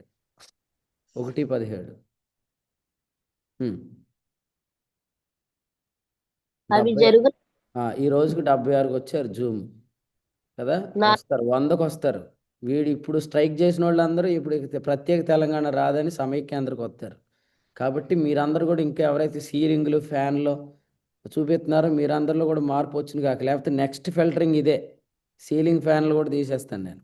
కాబట్టి మీరందరూ వాక్యం వినండి, ముందు పెట్టుకొని మీరు జాగ్రత్తగా వినండి. చదవండి. అవి జరుగునప్పుడు 4 ప్రక్కలకును జరుగుచుండెను, వెనుకకు తిరుగుటే జరుగుచుండెను. అది ఆత్మ నడిపింపు ఎలా ఉంటుంది అంటే 4 ప్రక్కలకి వెళ్తుంది, కానీ అది వెనక్కి వెళ్లకుండా వెళ్తుంది. కాబట్టి ఆత్మ నడిపింపులో వెనుకకు తిరగటం అనేది ఉండదు. హెబ్రీ 10:38లో చెప్పాడు, వెనుకకు తీయక అని. నా ఎదుటి నీతిమంతుడైన వాడు విశ్వాస మూలముగా జీవించును, కానీ అతడు వెనుక తీసిన ఎడల అతని యందు నా ఆత్మకు సంతోషం ఉండదు. ఈ మే నెలలో విజయవాడలో కాన్ఫరెన్స్ అన్నారు కదా బ్రదర్ అంటే, అవును, వెనక్కి తీయలేదు కదా, వెనక్కి తీసేది లేదు, వెనక్కి తీయదు. ఆత్మ ప్రభు యొక్క కార్యాలు వెనక్కి తీసేది లేదు. అవి 4 ప్రక్కలకు జరుగుతాయి, కానీ రివర్స్ గేర్ ఉండదంట. పరిశుద్ధాత్మకు రివర్స్ గేర్ లేదు. కాబట్టి 4 డైరెక్షన్స్ కవర్ అవుతున్నాయి ఇక్కడ, కానీ there is no reverse gear. కాబట్టి మనము ధైర్యంగా చెప్పాలి, ఇక వెనక్కి వచ్చే అవకాశమే లేదు, ఛాన్స్ లేదు, ఇక వెనకకు తిరిగే అవకాశమే లేదు. ఆత్మ ప్రభు నడిపింపు చాలా అద్భుతంగా ఉంటుంది. ఇక్కడ యెహెజ్కేలు గ్రంథంలో కూడా 2వ అధ్యాయంలో 22 మైదానపు భూమిలో యెహెజ్కేలును దింపిన ఆత్మ. మైదానపు భూమిలో అనే మాట మనం చూస్తున్నాం. కాబట్టి సమభూమి గల ప్రదేశంలో ప్రభు ఆత్మలు నడిపిస్తాడు. చపల చిత్తుల నిర్ణయాలు మనలో దూరమోగును గాక. అది ఆత్మ నడిపింపు లేదు అని మనకు తెలియపరుస్తుంది. హెబ్రీ పత్రికలో ఏం చెప్పాడు? అతడు స్థిరబుద్ధి గలవాడై. హెబ్రీ పత్రిక 11వ అధ్యాయంలో చెప్పాడు, అతడు స్థిరబుద్ధి గలవాడై రాజాజ్ఞకు భయపడక అనే మాట 23లో చూస్తున్నాం. అతడు స్థిరబుద్ధి గలవాడు అనే మాట మోషేకి ఎటువంటి సాక్ష్యం తెచ్చింది? అతడు నా ఇల్లు అంతట్లో నమ్మకమైనవాడు. వస్తామని రారు, రామని వస్తారు, అట్లా కాకుండా అవునంటే అవును, కాదంటే కాదన్నట్టు ప్రవర్తన ఆత్మ ద్వారా జరిగింది. సో మనలో అటువంటి ప్రవర్తన కలుగునుగాక, జరుగునుగాక. ఎందుకంటే హగ్గై గ్రంథంలో చెప్పాడు, మీరు ఎందుకు అభివృద్ధి చెందట్లేదు, ఒకసారి మీ ప్రవర్తన గురించి ఆలోచించుకోండి అన్నాడు. ఈ మందిరం ఎందుకు నిర్మించబడట్లేదు, ఈ మందిర పని ఎందుకు ఆగిపోయింది, ఇది ఎందుకు ఆగిపోయింది, నీ ప్రవర్తన గురించి ఆలోచించుకోమని చెప్పాడు. పౌలు చెప్పాడు, మేము శరీరానుసారంగా ప్రవర్తిస్తున్నామా అని అడిగాడు. ఎందుకు అడిగాడు? శరీరానుసారమైన నిర్ణయాలు అలాగే ఉంటాయి. ప్రభువా నీ కొరకు ప్రాణం పెడతానన్నాడు, పూట గడవక ముందు ఆయన ఎవరు నేను ఎరగనన్నాడు. ఎందుకంటే అప్పటికి ఆత్మ ప్రభువుని, పరిశుద్ధాత్మని పేతురు ఇంకా పొందలేదు. కాబట్టి పేతురు మీద మనం అతిశయపడటానికి లేదు. కానీ ఈనాడు మనం పరిశుద్ధాత్మను కలిగి కూడా మనం చెప్పేది ఒకటి, చేసేది ఒకటి. ముందేమో అబ్రహాము ఇస్సాకుని ఇస్తానని చెప్పి తర్వాత ఇష్మాయేలుని తెస్తారు. యెఫ్తా ఏది ముందు వస్తే అది ఇస్తానని చెప్పి కుమార్తెను దాస్తారు. కానీ మనం అట్లా చేయకూడదు. మనం ఏది ప్రభు సన్నిధిలో చెప్పామో, ఒప్పుకున్నామో దానిని కొనసాగించాలి. హెబ్రీ పత్రిక 3:1 చదవండి. హెబ్రీ పత్రిక 3:1. ఇందువలన పరలోక సంబంధమైన పిలుపులో పాలు పొందిన పరిశుద్ధ సహోదరులారా, మనం ఒప్పుకునే దాన్ని అపోస్తలుడును ప్రధాన యాజకుడైన యేసు మీద లక్ష్యం. అన్న మళ్ళీ సరిగ్గా చదవండి, ఒకటి రాంగ్ చదివారు మీరు. ఇందువలన పరలోక సంబంధమైన పిలుపులో పాలు పొందిన పరిశుద్ధ సహోదరులారా, మనం ఒప్పుకునే దానికి అపోస్తలుడును ప్రధాన యాజకుడునైన యేసు మీద లక్ష్యం ఉంచుడి. రైట్. ఇక్కడ ఒప్పుకొనిన దానికి అనేది ఇంపార్టెంట్ వర్డ్. ఒప్పుకొనిన దానికి నమ్మకత్వం చూపిద్దాం.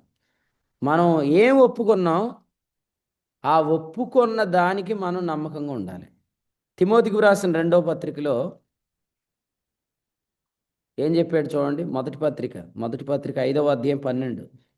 అనేక సాక్షుల ఎదుట మంచి ఒప్పుకొంటివి అన్నాడు. ఒప్పుకున్న దాని విషయంలో నమ్మకంగా ఉందాం. ఏం ఒప్పుకున్నాం? రక్షణ పొందినప్పుడు మనం బాప్తిస్మానికి వచ్చాం కదా, సంఘంలో చేర్చబడతానని అడిగాం కదా. ఎందుకయ్యా సంఘం, రక్షణ పొందితే ఎలాగ పరలోకం పోతాం కదా, మళ్ళీ సంఘం అనే ప్రక్రియ ఎందుకు అని అడిగితే ఆ రోజు ఏం ఒప్పుకున్నాం మనం? హెబ్రీ పత్రిక 11వ అధ్యాయం. హెబ్రీ పత్రిక 11వ అధ్యాయంలో ఏమని చదవండి.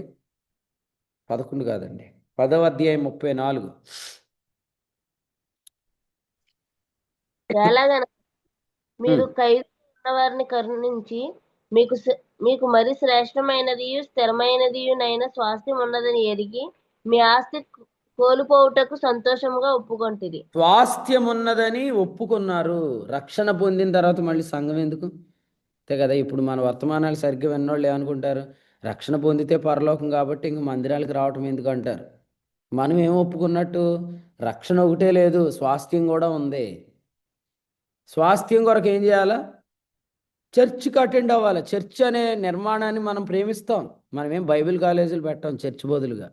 నా పేరు డైరెక్టర్ కాదు, ప్రొఫెసర్ అంతకంటే కాదు. నా పేరు దేవుని సేవకుడు. సేవకుడు సంఘము అనే పద్ధతి యేసుప్రభు వచ్చేదాకా నిలబడును గాక.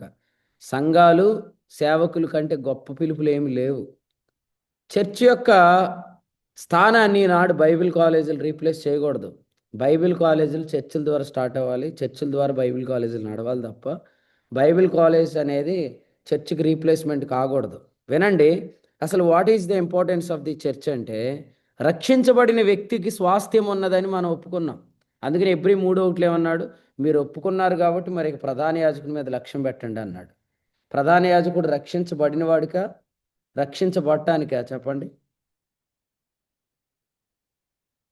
రక్షింపబడిన వాడు. రక్షించబడిన వానికి ప్రధాన యాజకుడు అనేది స్వాస్థ్యం అనే కాన్సెప్ట్లోనే వస్తుంది. ప్రధాన యాజకుడు అంటే మందిరం, ఇక్కడ భూమి మీద సేవకుడు సంఘం. అక్కడ ప్రధాన యాజకుడు మందిరం, ఇక్కడ సేవకుడు సంఘం. కాబట్టి సేవకుడు సంఘాన్ని మనం ప్రేమించాలి. ఎందుకంటే మనం ప్రధాన యాజకుడిని మందిరాన్ని ప్రేమిస్తున్నాం. ఎందుకు ప్రేమిస్తున్నాం? రక్షణ అను స్వాస్థ్యం ఒకటి ఉన్నది అని మనకు తెలుసు. రక్షణ పొందిన వాళ్ళందరికీ దేవదూతలు సేవ చేయరు. ఎవరికి చేస్తారు? రక్షణ అను స్వాస్థ్యం పొందబోయే వారికి చేస్తారు. అందుకనే యాకోబు ఏం చూశాడు? దేవదూతల సేవ చూశాడు. ఆ స్థలానికి ఏమని పేరు పెట్టాడు? దేవుని మందిరం అని పేరు పెట్టాడు. మందిరము వేరు, రక్షణ వేరు. రక్షణ పొందాం కానీ మందిరానికి వస్తున్నాం. ఏం జాన్ పాల్ ప్రార్థన చేస్తున్నామంటే రాత్రులు డ్యూటీలు వేస్తున్నారా? అరగంట నేను, అరగంట నువ్వు చెప్దావు రేపు నుంచి వాక్యం. 34 నెంబర్ కాబట్టి నీకు 34 నిమిషాలు నువ్వు తీసుకో, 30 నిమిషాలు నేను తీసుకుంటా. నిద్ర వచ్చే ఛాన్సే ఉండదు ఇక. వినండి, అర్థం చేసుకోండి. మనం ఒప్పుకున్న దాని విషయంలో మనం నమ్మకంగా ఉండాలి. మనం ఏం ఒప్పుకున్నాం ఆ ఒప్పుకోలుకి మనం నమ్మకంగా ఉండాలి. సో మోషే నా ఇల్లంతట్లో నమ్మకమైన వాడని అక్కడే రాశాడు. కాబట్టి మనం ఒప్పుకున్న దాని విషయంలో కూడా మనం నమ్మకంగా ఉండాలి. సో ప్రభు ఆత్మ ఈ ఉదయకాలం ఈ తలంపులు మనకు అందిస్తుంటుండగా కీర్తనల గ్రంథంలో నుండి 143వ కీర్తనలో మనము దయగల నీ ఆత్మ సమభూమి గల ప్రదేశమందు నన్ను నడిపించునుగాక. 10వ వచనం, నీవే నా దేవుడు, నీ చిత్తానుసారముగా ప్రవర్తించుట నాకు నేర్పుము. ప్రార్థన చేయండి. నీ చిత్తానుసారంగా ప్రవర్తించడం నాకు నేర్పు ప్రభువా. కదా, ఏదో ఉద్రేకంతో ఆరంభించి ఆపేసే కూడికలు కాదు మనవి. ప్రారంభించాం, యేసు ప్రభు దినం వరకు కొనసాగుతాయి. ఎందుకంటే ఇవి ఆత్మానుసారమైన నిర్ణయాలు, చిత్తానుసారమైన ప్రణాళికలు. ప్రభు ఆత్మ సహాయం చేయను గాక. ప్రభు ఆత్మ మనకు సహాయం చేయను గాక. ఈనాడు ప్రభు మనతో ఏం చెప్తున్నాడంటే, మనమందరం కూడా యోహాను 3వ పత్రిక 8 ప్రకారం సత్యానికి జతపని వారు కావాలి. ఒక్క షారోన్ సిస్టర్ నిలబడిది ఒక్క వన్డే కాన్ఫరెన్స్కి ప్రభు ఆత్మ ఆమెను బలపరిచాడంటే మనందరి ద్వారా కూడా ప్రభు గొప్ప కార్యాలు చేస్తాడు. అయితే మనం ప్రార్థించాలి ఫస్ట్. ఏదో డబ్బులుంటే కార్యాలు జరుగుతాయని మాత్రం అనుకోవద్దు. మనం ప్రార్థనల మూలంగా కార్యాలు అనుగ్రహించబడతాయి. ప్రార్థన చేయండి, ప్రభువా వన్ డే మొత్తం అన్ని టౌన్స్లో పరిచర్య జరిగిపోవాలి, అన్ని ప్రాంతాల్లోనికి కృపావార్త వెళ్ళిపోవాలన్నమాట. ఈ ఉదయకాలం రాజేష్ అన్న నిలబడ్డారు. నేను వాస్తవం చెప్పాలంటే సేవకుని గురించి నాకు పూర్తిగా తెలుసు. ఆయన దగ్గర డబ్బులుంటే ఆయన ఈ పని చేయడు, నాకు తెలుసు అది. ఎందుకంటే ఆయన అకౌంట్ వివరాలు అన్నీ నేను దగ్గర ఉంటా కాబట్టి గమనిస్తాను. ఆయన ఎలా ఖర్చు పెడతాడో ఏంటో, ఆయన దగ్గర ఏముంటాయో. కాబట్టి మనం ఏదో డబ్బులు ఉంటే 1,00,000 రూపాయలు వచ్చే ఉన్నాయండి, వచ్చాక నేను ఏది చేస్తాను అట్లేం కాదు. అసలు ముందు మీరు ప్రార్థన చేయండి. ప్రభు ద్వారం తెరుస్తాడు, ఆశ్చర్యకరమైన సహాయం చేస్తాడు. ధనం ఉండి మనం చేసే కార్యాల వల్ల దేవునికి మహిమ రాదు. కానీ కొరింథీ పత్రిక 1:2 యేసుక్రీస్తు నామమున ప్రార్థించడానికి మనం పిలువబడ్డాం. ప్రార్థన చేయండి. వెండి బంగారములు నా యొద్ద లేవు, నాకు కలిగినదే నీకు ఇచ్చున్నాను, నజరేయుడైన యేసుక్రీస్తు నామమున. మనం కలిగింది ఏంటంటే యేసుప్రభు నామం. ఇదే కాదు, రాజమండ్రి గురించి కూడా నేను చెప్తాను. రాజమండ్రి స్థానిక సంఘంలో కూడా అనూప్ గారు కానీ, శ్రీనన్ కానీ, ఇంకా చాలామంది ఉన్నారు యోగ్యులు. వాళ్ళందరి పేర్లు నేను చెప్పట్లేదు, కానీ వీళ్ళందరూ డబ్బులుంటే కాదు పని చేసేది. వాళ్ళు దేవుని పని జరిగించాలా, దానికి అది ఏం జరిగిందో కూడా బయటికి చప్పుడు రాకుండా చేసే ఒక గొప్ప కృప దేవుడు వాళ్ళకి ఇచ్చాడు. మనమందరం కూడా ఇదే వెళ్ళి నడితే ఇక్కడ ఇంకా అలాంటి వారు చాలామంది ఉన్నారు. మిమ్మల్ని అందరి ప్రభు మెచ్చుకుంటాడు. ఒకవేళ నేను మిమ్మల్ని గురించి చెప్పకపోయినా, కానీ అటువంటి తాత్పర్యం లేని వారముగా కూడా మనం ఉన్నాం కొంతమంది. ఏంటంటే ఆ, నేను కూడా డబ్బులు వస్తే చేస్తాను అని అనుకోవద్దు. ప్రార్థన చేయండి, మోకరించండి, ప్రభు సన్నిధిలో అడగండి, ప్రభువా నా పట్టణాల్లో కూడా ఈ వెలుగు రావాలి, నా ప్రాంతంలోకి కూడా ఈ వెలుగు రావాలి, నీ తేజస్సు రావాలి, నీ అభిషేకం రావాలి, నీ కార్యాలు జరగాలి, నీ ఆత్మ పని జరగాలి అని మనం అడగాలి. ఎందుకంటే ప్రభు మనకు నేర్పిస్తాడు. ఆయన చిత్తానుసారముగా వెళ్ళటం మనకు ఆయన నేర్పిస్తాడు. నిజంగా ఆ, ఒక్క మాట నేను చెప్తాను. ఆహా, దేవుని బుద్ధి జ్ఞానముల బాహుల్యము ఎంతో గంభీరము, ఆయన మార్గములు శోధింపని ఎంతో అసహ్యములు అసఖ్యములు అని చెప్తూ రోమాపత్రిక 11వ అధ్యాయంలో అసఖ్యము అనే దగ్గర ఇంకో మాట చెప్పాడు. ఏమనంటే, ముందుగా ఆయనకి ఇచ్చి ప్రతిఫలం పొందగలవాడు ఎవడు. 35. Just you invest. అసలు సణుక్కోకుండా నువ్వు ఇన్వెస్ట్ చేయి ప్రభు పనిలో, నువ్వు కార్యం చూడంతే. ప్రతిదీ చెప్తారు. ఎందుకండి ఏదో దీనికి 2000 అయింది, దీనికి 3000 అయింది అని అంటే ఏంటి? 2000 3000 అయింది అంటే ఏంటి? ఎవరికి పెట్టాం? ప్రభువు పెట్టాం, ప్రభు పనిలో పెట్టాం. కాబట్టి ఇక్కడ చెప్పాడు, అసలు ముందుగా ఆయనకి ఇచ్చి ప్రతిఫలం పొందదగిన వాడు ఎవడు. నిజంగా మనం ప్రభు పనిలో పెడితే ఎంత అద్భుతం చూస్తాను చూడండి. కాబట్టి ప్రభు పనిలో ఆయన అందరి దగ్గర పుచ్చుకోడు. మీరు చూడండి, మెల్కీసెదకు అబ్రహామును వద్ద పుచ్చుకున్నాడని ఉందా? అబ్రహాం మెల్కీసెదకు ఇచ్చాడని ఉందా? అంటే క్రొత్త నిబంధనలు మీరు చదివితే మెల్కీసెదకు అబ్రహాము దగ్గర పుచ్చుకున్నాడు అని ఉంది. పుచ్చుకున్నాడు అని ఉందంటే మన హృదయాలను బట్టి దేవుడు మన దగ్గర ఏదైనా పుచ్చుకుంటాడు. ప్రభు మన హృదయాలను బట్టి పుచ్చుకుంటాడు. ఆయన చెప్పాడు కదా, ఆయన చెప్పాడు. సో మనం కూడా ఈ విషయాలు ఆలోచించేద్దాం. నువ్వు ప్రేమిస్తున్న నీ సొంత కుమారుడు, నీకు ఇష్టమైన కుమారుడు ఇస్సాకుని ఇమ్మన్నాడు. అబ్రహాం దగ్గర అడిగాడు తప్ప అది ఎవరి దగ్గర అడగలేదు. మరియ ఇంటిలోనే దేవుడు లాజరును చనిపోయేదాకా ఒప్పుకున్నాడు తప్ప మిగిలిన వాళ్ళందరినీ ఆయన వెంటనే వెళ్ళి దర్శించి రోగాన్ని స్వస్థపరిచాడు. కానీ వారిని మాత్రం అడిగాడు, నాకు ఛాన్స్ ఇవ్వండి, 4 days నేను రాను, ఈ 4 days తర్వాత నేను వస్తాను, అద్భుతం చేస్తాను, అంతవరకు మీరు నాకు ఛాన్స్ ఇవ్వండి అని అడిగినట్టుంది. మరి ఆ ఛాన్స్ ప్రభుకి ఇచ్చినట్టుంది. నిజంగా ఆ ఛాన్స్ మనం ఇస్తామా? అసలే ఇంత ఆలస్యంగా వస్తే ఎదురుపడి తన్నేస్తాం అనమాట. అసలు నువ్వు రావడానికి వీల్లేదు, ఇంకెక్కడ నువ్వు అంటాం కదా. నేను నిజంగా నిశ్చయం చూసినప్పుడు నిశ్చయ వాస్తవంగా ఏమనాలి నన్ను చూసి, అసలు నీ బోధ వినే మా ఆయన మొత్తం పాడైపోయాడు, నీ వాక్యం వినే మా ఆయన పాడైపోయాడు అని ఏదో అనాలి కదా. మరణం అలాంటి మాటలు పలికించింది, చాలామంది మాట్లాడేశారు అలాంటి మాటలు, కానీ తను అలా ఒక నాలుగుతో పలకలేదు. సో అది మనం గమనించినప్పుడు ఇది సమర్పణ అన్నమాట. సో మనం ఏంటంటే ఒక చిన్న చిన్న విషయాలుగా అలుగుతాము, చాలా చిన్న చిన్న విషయాలకు మనం అన్నీ చేస్తాం. కానీ ఎంత పెద్ద లోటు మన జీవితంలో కలిగినప్పుడు కూడా నోరు జారకుండా, యోబు నోటితోనైనా ఏ పాపము చేయలేదు అనే మాటను మనం చూస్తున్నప్పుడు, అలా నాలుకను కూడా అదుపులో పెట్టుకునే కృప, ఆ శక్తి మనకు కావాలి, ఆ సమర్పణ మనకు కావాలి. రోమాపత్రిక 11వ అధ్యాయంలో చెప్పాడు, ముందుగా ఆయనకి ఇచ్చి ప్రతిఫలం. నిన్న వాళ్ళ డాడీ ప్రార్థన చేశారు కదా, అసలు ఆ ప్రశాంత్ వెత్తబడి నన్ను తెర ముందుకు తెచ్చాడని. నేను చెప్పే కదా, ఆయన వెత్తబడ్డాడు. ఆ పంటను మనం చూస్తున్నాం. నిన్న ఒక చిన్న అద్భుతం జరిగింది, అది చెప్పి నేను ప్రార్థన చేస్తాను. నేను దీన్ని ప్రదీప్ అన్నతో రాత్రి పంచుకున్నాను. అన్నకు ఫోన్ చేశాను, ఈరోజు గుడి వస్తున్నారా తాడేపల్లి గుడి అని అడగటానికి ఫోన్ చేసినప్పుడు నాకు ప్రభు చెప్పిన అద్భుతాన్ని నేను చెప్పాను. మీ అందరితో కూడా షేర్ చేసుకుంటాను, ఎందుకంటే ప్రయోజనకరమైంది ఏది నేను దాచుకోను. నేను నిన్న ఉదయకాలం కూర్చొని 2 కీర్తనలు రాయటానికి కూర్చున్నాను అనమాట. అప్పుడు ప్రభు ఆత్మ నాతో ఇలా చెప్పాడు. ప్రకటన గ్రంథం ధ్యానాల్లో 4వ అధ్యాయం నుండి రాజమండ్రిలో వాక్యం చెప్తున్నప్పుడు, ఆయన సింహాసనం మీద ఉన్నాడు, ఆయన చుట్టూ ధనస్సు ఆవరించుకొని ఉంది అనే వర్తమానం ప్రభు చెప్పాడు. అది నేను మళ్ళీ కూర్చొని పాట రాస్తున్నప్పుడు ప్రభు ఆ మాటలు చెప్తున్నప్పుడు ప్రభు ఇలా చెప్పాడు, ఈ మాట నమ్మదగింది, మీరు నమ్మండి, ప్రభుని స్తుతించండి. నిజంగా మన ప్రియుడు ఎప్పుడైతే పరలోకంలోనికి ప్రభు సన్నిధిలోనికి వెళ్ళాడో అప్పుడు ఆయన చూసిన మొట్టమొదటి విజన్ ఏందంటే సింహాసనం మీద కూర్చున్న ప్రభు చుట్టూ ఆవరించుకొని ఉన్న ధనస్సును చూశాడు.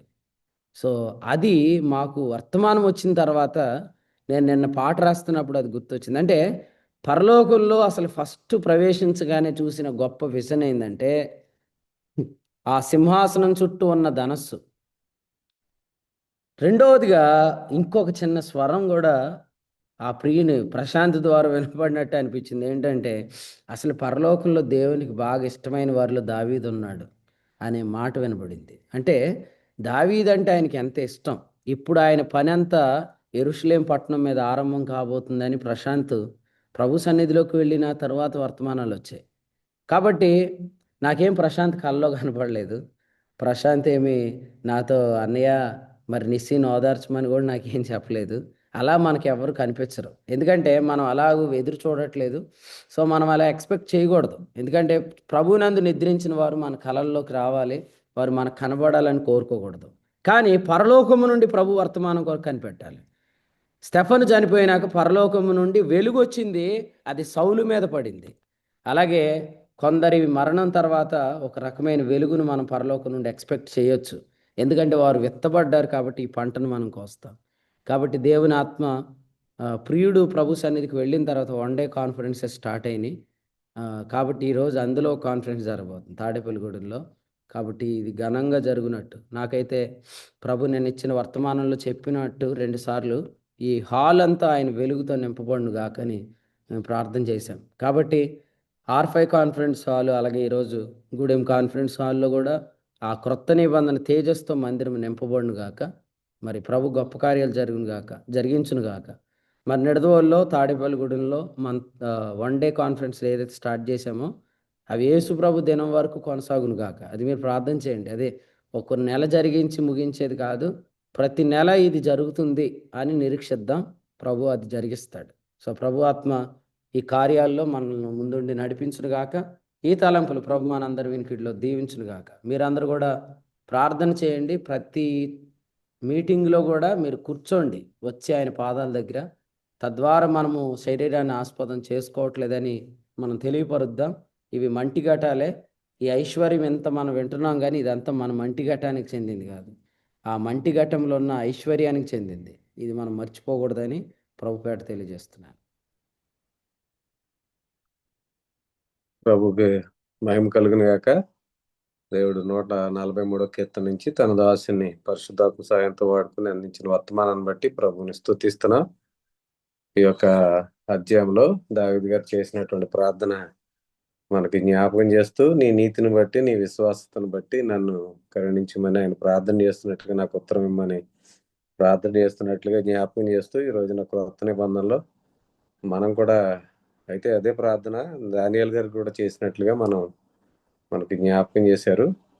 వారు పాత నిబంధనలు ఉన్నటువంటి వారే నీ నీతిని బట్టి నీ విశ్వాసతను ప్రార్థన చేస్తున్నట్టుగా మనం విశ్వాసం ద్వారా నీతిమంతులుగా తీర్చబడినటువంటి మనం ఈ రోజున మరి ఏ విధంగా అయితే మనం రక్షించబడ్డామో అదే విధంగా కొనసాగాలని ఎక్కడ కూడా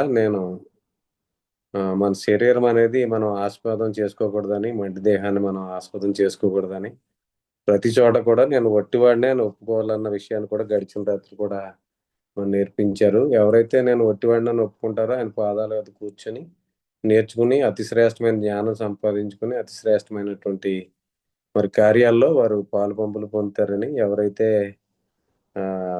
ఈ విధంగా ఉంటారో వారు బలహీనతోనూ వణుకుతోనూ భయం కలిగి ప్రభు యొక్క పాదాల యొద్ద కూర్చొని నేర్చుకుంటారు. తర్వాత వారు పరిశుద్ధాత్మను మాత్రమే ఆశ్రయిస్తారు.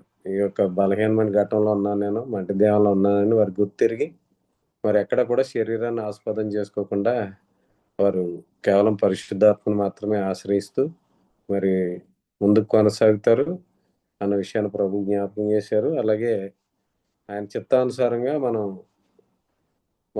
నడిపించబడ్డం కూడా, నీ చిత్తాన్ని నాకు నేర్పించమని అడిగి ముందుకు కొనసాగుతారన్న విషయాన్ని కూడా ప్రభు ఈ సందేశాన్ని బట్టి నేర్పించిన సంగతులను బట్టి ప్రభుని స్తుతిస్తూ ఇప్పటి వరకు నిలిచి వాక్యమైన దేవుని సేవకులకు అలాగే శ్రేష్టమైన తలంపులు అందించిన దేవుని సేవకులకు నిలిచి ఉన్న ప్రియులందరికీ వందనాలు తెలియజేస్తున్నాను. ఈరోజు మరి దేవుని సేవకులు తెలియజేసినట్లుగా తాడేపల్లిగూడెంలో జరగబోయే వన్డే కాన్ఫరెన్స్ కొరకు అలాగే శుక్రవారం 5వ తేదీ మరి నంద్యాలలో రాయలసీమలో జరిగే వన్డే కాన్ఫరెన్స్ కొరకు ఈ శనివారం పెద్దపురంలో జరిగే 2వ శనివారపు ప్రత్యేకమైన కూడి కొరకు ప్రార్థన చేయాలని తెలియజేస్తున్నా. ఈ సమయంలో ఎవరైనా ప్రార్థన చేయాలని ఆసక్తి కలిగిన వారు ఈ వర్తమానం ద్వారా ప్రేరేపించబడిన వారు ఎవరైనా ఉన్నట్లయితే ముగింపు ప్రార్థన వారు చేసి కూడికి ముగించవలసిన కోరుచుంది. చేస్తాను. అలాగే సిస్టర్ చేయండి. అందరికి వందనాలు. ప్రార్థన చేస్తాను. స్తోత్రములు దేవా, స్తుతులు నాయన, సర్వాధికారి దేవా, కృపామయుడ, మీకు వందనాలు, స్తుతులు, స్తోత్రములు. ఉదయకాల సమయం ప్రభువా, మమ్మల్ని ప్రభువా శ్రేష్టమైన సమయాలు గడియ గడియకు ప్రభువా భయముతోనూ చనిపోతూ అయ్యా పోరాటాలతో ఉన్న మా జీవితాలు ఈ దినమున చక్కని మీ యొక్క సందేశాలతో సంగతులతో శ్రేష్టంగా అయ్యా మా ఆత్మలను ప్రభువా ఈ దినమున ప్రభువా వెలుగుతో నింపుతున్నందుకు వందనాలు, స్తోత్రములు. ఎలాగున్నాయినా స్టెఫెన్ విత్తబడ్డారో అయ్యా సౌలు గారు అయ్యా వెలుగు వచ్చినట్టు ఈ దినమున ప్రశాంత్ విత్తబడిన ఆశీర్వాదకరమైన గడియలను బట్టి ఈ దినం నా కుటుంబాన్ని లేపుతున్నందుకు మీకు వందనాలు, స్తుతులు, స్తోత్రములు. అనేక సంగతులను గూర్చి మేము నేర్చుకుంటుండగా ప్రభువా దేవా, కృపగల దేవా, మాకు స్వాస్థ్యం ఉందని ఎరిగి ఆ స్వాస్థ్యం కొరకు ప్రభువా మందిరంలో మేము కనిపెట్టుకుంటకు ఉత్తమమైన మార్గంలో మేము నిలుచుటకు ప్రభువా నిత్యము తండ్రి ఉత్తమమైనది మేము మీ పాద సన్నిధిని ఎరిగి ప్రభువా మీ పాద సన్నిధిని కలిగి ప్రభువా జీవించుటకు మాకు నిత్యము జీవించుటకు తండ్రి అనుదినము అనుక్షణము మేము గడిగడకు జీవించడం నేర్చుకున్నట్టు ప్రభువా శరీరంలో మేము ఉన్నగా జీవిస్తూ అనేకులకి ప్రభువా అయ్యా సజీవులున్న దేశంలో ప్రభువా అయ్యా మేము ఉన్నామని ఎరిగి ప్రభువా ఈ దినమున మమ్మల్ని అందరినీ ప్రభువా మీ వాక్యం చేత మా శరీరంలో మా ఆత్మలో నాటబడుతున్న శరీరంలో ఈ వాక్యాన్ని బట్టి అనేక దుష్కార్యములు చేయకుండా మా నాలుకలను భద్రం చేసుకుంటకు ప్రభువా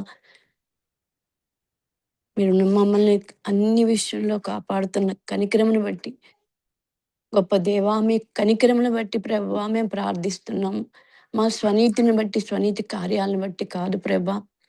ఉదయకాల సమయమున ప్రభువా క్రీస్తు మీద ప్రభువా మీ మీద లక్ష్యముంచి వారిలాగా లక్ష్యముంచినట్లు ప్రభువా మా ఆత్మీయ జీవితాన్ని ప్రభువా కేవలం ప్రభువా మీ మార్గముల మీద అయ్యా మీ చిత్తం మీద ప్రభువా మేము మా కనులు అయ్యా మా యొక్క వివేచన, మా ఆలోచన, మా జ్ఞానము అయ్యా మీ చిత్తం మీద నిలిచినట్లు మాకు సహాయం దయచేస్తున్నందుకు వందనాలు, స్తోత్రములు. మమ్మల్ని నడిపిస్తున్నందుకు వందనాలు. మీరున్నారని ఒక ధైర్యం ప్రభువా సజీవులున్న దేశంలో మీరున్నారని ఒక ధైర్యం మమ్మల్ని నిరంతరం మీ సన్నిధిలో కనిపెడుతూ జీవించే భాగ్యం మాకు ఇస్తున్నందుకు వందనాలు. ఇటు సత్య సువార్తను ప్రభువా మాకు ప్రకటిస్తుండగా ప్రభువా జనులను బట్టి వందనాలు, స్తుతులు. ఈ దినం జరగబోతున్న తాడేపల్లిగూడెంలో ప్రభువా ఒక్క దినమున కాన్ఫరెన్స్ అయ్యా తండ్రి ఉజ్జీవ సంఘంగా ఉజ్జీవ సహవాసంలో ప్రభువా ఇక ఒక్కొక్క దినాన్ని ప్రభువా మీరు ఎంచుకున్నందుకు వందనాలు. ఈ దినమును ప్రభు దినముగా ప్రభువా అయ్యా మేము ప్రభువా ప్రతి ఒక్కరము నైనా మీ వాక్యమును బట్టి మీ సన్నిధి మీ సహవాసమును బట్టి ప్రభువా ప్రతి క్షణము ప్రభువా మాలో పాపం ఉందని ఎరిగి ప్రభువా మేము మట్టి ఘట్టములను ఎరిగి ప్రభువా కానీ ఇటు మట్టి ఘటమునకు మీరు ఇచ్చిన ఐశ్వర్యాన్ని మేము నిర్లక్ష్యం చేసుకునకుండా ఇటు ఐశ్వర్యంలో మేము తండ్రి తొలతూగుతున్నాయన అయ్యా శరీరం నందు ఎక్కడ అతిశయించకుండా ఈ దినమున అట్టి ఐశ్వర్యం మమ్మల్ని ప్రభువా మీ ఎదుట నమ్మకస్తులుగా యథార్థవంతులుగా ప్రభువా మీ కృపయందు నమ్మిక ఉంచి ఉండి ప్రభువా యథార్థవంతులుగా మేము వర్ధిల్లుటకు ప్రభువా మాలో కలుగజేస్తున్న మంచి ధైర్యమును బట్టి ప్రభువా ఎక్కడ శరీరంలో మేము అతిశయపడకుండా ప్రభువా దేనిని బట్టి కాదు ప్రభువా కేవలం మీ కృపను బట్టి మేము ప్రార్థిస్తున్నాం. అయ్యా ఏ కాన్ఫరెన్స్ జరిగినా అయ్యా ఏ సమావేశంలో మేము కూడినా ప్రభా, అది మీరు ప్రేమించి మీరు ఇచ్చిన అయ్యా మీ పిలుపుని బట్టి మీ పిలుపుని మేము ప్రభా తల వంచి తల ఒగ్గి నాయన యేసయ్యా ఈ దినమున మీకు సాగిలపడుతూ ప్రభా తండ్రి ముందుకు సాగుటకు మాకు చూపుతున్న ఈ ప్రయాణాన్ని ప్రభా, ఈ యాత్రను, ఈ బసను ప్రభా మమ్మల్ని అయ్యా మా జీవితాలను ప్రసిద్ధికి ఎక్కిస్తూ ప్రభా, అభివృద్ధి చేస్తూ ప్రభా, అయ్యా మా జీవితంలో ఖ్యాతి నాయన మీ నామమును బట్టి ప్రభా మీరు నిలిచి ఉన్న మా జీవితాల్లో ప్రభా దేవుడిగా నిలిచి ఉన్నారు. గొప్ప దేవుడిగా మాకు నడిపిస్తున్నారు ప్రభా. దావీదుని ఎంతగా మీరు ప్రేమించారు ప్రభా, అట్టి ప్రేమలో మేము కూడా ఫలించినట్లు ప్రభా, అట్టి ప్రేమ అనుభవంలో మేము నడుచుటకు ప్రభా మీరు తండ్రి మీరు చూపుతున్న కృపను ప్రభా జ్ఞాపకం చేసుకుంటూ ప్రతి క్షణము అనుక్షణము ప్రభా ఆత్మలో వర్ధిల్లుతూ నాయన అయ్యా మీరు వచ్చే వరకు మా శరీర విమోచన దినం వరకు మేము నమ్మకస్తులుగా ఉండటకు ప్రభా, అంతవరకు మేము ప్రకృతి సంబంధులమని అయా ఆత్మలో మీరు మనసులో మీరు కలగచేస్తున్న అనుభవాలు గుండా మేము వెళ్ళుచుండగా ప్రభా, అనుభవాలు దినదినము ప్రభా మాకు అయ్యా అవి మా జీవ ప్రయాణంలో ఈ శ్వాస సంబంధమైన అయ్యా ఏర్పాట్లు మమ్మల్ని అయ్యా మా జీవం విశ్వాసంలోను ప్రభా అయ్యా ఉందని ఎరిగి ప్రభా, శక్తి చేత కాదు బలము చేత కాదు నాయన అయ్యా తండ్రి ఆత్మ ద్వారా ఆత్మ కార్యముల ద్వారా తండ్రి మేము కార్యక్రమాలకు కాదు ప్రభా మేము ఇంపార్టెంట్ ఇవ్వాల్సింది కార్యములకు మేము వేగిరపడుతూ ప్రభా అద్దం వలే ప్రభా అయ్యా ముఖాముఖిగా మిమ్మల్ని చూడాలని ఆశ. ఆ విధంగా మీ సన్నిధిలో మేము ప్రభా మిమ్మల్ని చూచుటకు ప్రభా మీ సన్నిధిలో మేము నిలుచుటకు ప్రభా అయ్యా మమ్మల్ని స్థిరపరుస్తున్న స్వాస్థ్యంలో ప్రభా అయ్యా ఇట్టి స్వాస్థ్యం ఉందని అనేకులు ఎరగక ప్రభా రక్షణ వరకు ఆగిపోతున్నారు ప్రభా. అట్టి అయ్యా అనేకులకి ద్వారాలను తెరవబడినట్లు ప్రభా, ఈ మార్గాలకు నాయన కనపడినట్లు ప్రభా, ఈ వెలుగులో ప్రవేశించినట్లు మహిమలో తండ్రి అనుభవమైన ఈ మహిమలో తండ్రి అనేకులు చేరినట్టు మీరు కృప దయచేయమని ప్రభా అయ్యా బిడ్డ ద్వారా మీరు నాయన నిలబెడుతున్న అనేక సంఘాలను బట్టి అయ్యా మీ వందనాలు స్తోత్రములు చెల్లిస్తున్నాం ప్రభా. ఒక్కొక్కరి కుటుంబాల్లో నాయన అయ్యా మీరు నిలబెడుతున్నందుకు వందనాలు. నిలబడ్డామని స్థిరపరుచుకుంటూ ప్రభా మీలో అయ్యా అటు స్థిరత్వంతో మమ్మల్ని నడిపించండి ప్రభా. అయ్యా చంచలమైన మనసులు మాకు ఉండకూడదు, అస్థిరమైన మనసులు మాకు ఉండకూడదు. అవునంటే అవును, కాదంటే కాదనే ఒక స్థిరమైన యోచనలో మేము నిలిచి ఉండాలి ప్రభా. అట్టి భాగ్యము ప్రభా, అట్టి ఆత్మలో నడిపింపు మాకు దయచేయమని ప్రభా. ఉజ్జీవం మా ఆత్మలో మాకు కలగచేస్తున్న ఉజ్జీవంలో ప్రభా అనేకులు నాయన పాలిభాగస్తులగునట్లు అయ్యా మా నోట కూడా మీ మాటలుంచి అయ్యా సజీవులున్న దేశంలో మీ మాటలు వెదజల్లబడుతుండగా ప్రభా ప్రతి మాటను మేము నాయన మా యోచనలోకి మా ఆలోచనలోకి మా తలంపుల్లోకి నాయన తీసుకొని ప్రభా ఇటు సర్వసత్యాన్ని మేము ప్రభా కలిగిన వారమై ప్రభా అనేకులకి ప్రభా ఈ దినమున సర్వసత్యం ప్రభా మమ్మల్ని ఎంతగా విడిపిస్తుందో విమోచిస్తుందో ఆ దినమున ఐగుప్తు దేశంలోని ఇశ్రాయేల్ని విడిపించిన దేవుడు ఈనాడు దేవా మీ వాక్యం మీ సత్యం మీ అయ్యా జీవం మమ్మల్ని విడిపిస్తుండగా ప్రభా అట్టి జీవంలో మేము ప్రభా అనేక సంగతులను నేర్చుకుంటాను కానీ దాసులను ప్రభా ఇంకనూ ప్రభా వారి నోట అన్ని పలికిస్తుండగా ప్రభా అనేక జీవితాలు వెలిగించబడినట్లు ప్రభా అయ్యా ఎక్కడ నాయన ఎవరు కూడా అయ్యా తండ్రి మత్తులై ఉండకూడదు దేవా, గలిబిలి కాకూడదు ప్రభా తండ్రి. నిద్రమత్తులు సోమరితనాలు బద్ధకాలు మాలో ఉండకూడదు, నిర్లక్ష్యం ఉండకూడదు. క్రీస్తు మీద లక్ష్యం ఉంచిన వాడు శ్రద్ధ కలిగిన వాడవై ప్రభా నీ జీవాన్ని కనుగొన్నట్టు ప్రభా నిరంతరం మిమ్మల్ని వెతుకుతూ ప్రభా మీ సన్నిధిని మేము ఆకాంక్షిస్తూ ప్రభా సన్నిధిలో నిలిచి ప్రభా అయ్యా ఆసక్తిగానే ఇంకనూ మా జీవితంలో ఆసక్తిని ప్రభా అత్యాసక్తిగా మమ్మల్ని మా జీవితాల్లో ప్రభా మమ్మల్ని ముందుకు నడిపించమని ప్రభా అందరినీ మీ చేతులకు అప్పగించుకుంటూ విన్న వాక్యం ప్రతి ఒక్కరి జీవితంలో అయ్యా ఫలించిన ఆయన ఫలభరితమైన పంటను మేము కోసుకున్నట్టుకు ప్రభా మీరు ఇస్తున్న ఈ అవకాశాలను ఈ సమయాలను ఈ గడియలను ప్రభా ఎవ్వరూ నాయన అయ్యా తండ్రి వెనుకకు వెళ్ళక ముందున్న వాటి కొరకు ప్రభా వేగిరపడుతూ అయ్యా ప్రతి క్షణము తండ్రి సేవకులతో పాటు నాయన మేము కూడా పరిగెత్తునట్టు ప్రభా వారి ఆత్మ అనుభవంలో మేము కూడా అట్టి అనుభవాలు మా వేగం నాయన అయ్యా గురుపోతు వేగం వల్లే ప్రభా మా వేగాన్ని కూడా మేము పెంచుకుంటూ ప్రభా మాలో ఆసక్తిని మాలో అయ్యా ప్రతి దినము మాలో ఆలోచనలు రేకెత్తిస్తున్న మీ కృపను బట్టి ప్రభా ప్రార్థిస్తున్నాం ప్రభా చేరి వచ్చిన కుటుంబాలన్నిటిని బట్టి సేవకులను బట్టి వందనాలు, నిలబెడుతున్న రాజేష్ గారిని బట్టి వందనాలు, స్తోత్రములు. అవును ప్రభా మా అయ్యా మీ కార్యములు ఏ ధనముతో అయ్యేవి కాదు ప్రభా, కేవలం మీ సన్నిధిలో మేము విశ్వాసంతో అడిగినప్పుడు ప్రార్థించినప్పుడు తండ్రి అది మీ చిత్తమైన అయినా అయ్యా నిలుస్తున్న ఈ చిత్తాన్ని చూసి మేము ఆనందించుటకు ప్రభా, ఇటు చిత్తంలో బిడ్డలను నడిపిస్తున్నందుకు మేము ప్రభా మేము మీ నామాన్ని స్తుతించుకుంటూ గణపరుచుకుంటూ యేసుక్రీస్తు వారి పరిశుద్ధ నామం అడిగి వేడుకుంటున్నాం తండ్రి. ఆమేన్. ఆమేన్. వందనాలు. ముగింపు ప్రార్థన చేసిన సహోదరి మంజులత గారికి, కూడికలు ఇప్పటి వరకు నిలిచి ఉన్న ప్రియులందరికీ వందనాలండి. ఒకరు వందనాలు అందరికీ వందనాలండి. అందరికీ వందనాలండి. అందరికీ వందనాలండి. అందరికీ వందనాలు. అందరికీ వందనాలండి. అందరికి వందనాలు. అందరికీ వందనాలు. అందరికి వందనాలండి. అందరికీ వందనాలండి. అందరికీ వందనాలండి. అందరికీ వందనాలండి. అందరికీ వందనాలండి. వందనాలు. అందరికి వందనాలండి. అందరికీ వందనాలండి. వందనాలు. అందరికీ వందనాలండి. అందరికీ వందనాలు. వందనాలు.